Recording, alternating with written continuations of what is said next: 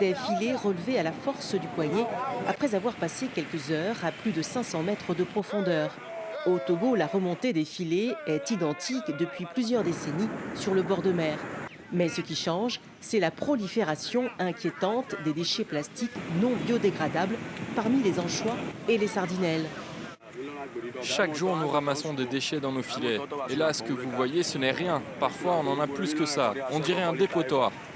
En dehors de l'incivisme des populations, les activités liées au port de pêche auraient une part de responsabilité dans la pollution marine des eaux togolaises. En réaction, un marin, Modeste Awoku, a convaincu des pêcheurs de lutter avec lui contre la multiplication des déchets. Depuis 2016, tous ensemble et bénévolement, ils nettoient au moins 2 fois par mois les bassins du plus grand port de pêche. On ne peut pas travailler dans un milieu qui n'est pas sain.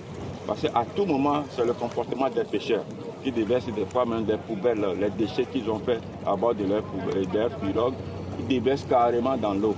Quand vous les supprimez, il faut les faire arrêter par la brigade et nettoyer. Malheureusement, le matraquage pour un environnement sain est un éternel recommencement. Aussitôt assaini, aussitôt sale, comme le montrent ces images filmées quelques jours à peine après une action de nettoyage. Nous ne comprenons rien. Quand c'est sale et que vous mangez juste à côté, vous connaissez les risques, ça c'est une question sanitaire. La brigade verte a alerté la direction du port de Lomé sur la situation sanitaire.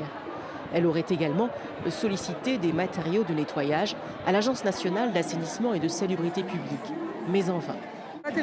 Ce n'est pas bon pour l'être humain d'être dans la saleté, mais on n'a pas le choix. C'est ici qu'on vient se ravitailler. L'État voit que c'est sale, tout le monde le voit, mais personne ne dit rien. Les villages de pêcheurs le long du littoral vont devoir encore subir la dérive des déchets et le déversement des huiles usagées des moteurs de navires en provenance du port de pêche. Car le nouveau, moderne, inauguré depuis 3 mois, n'est toujours pas opérationnel.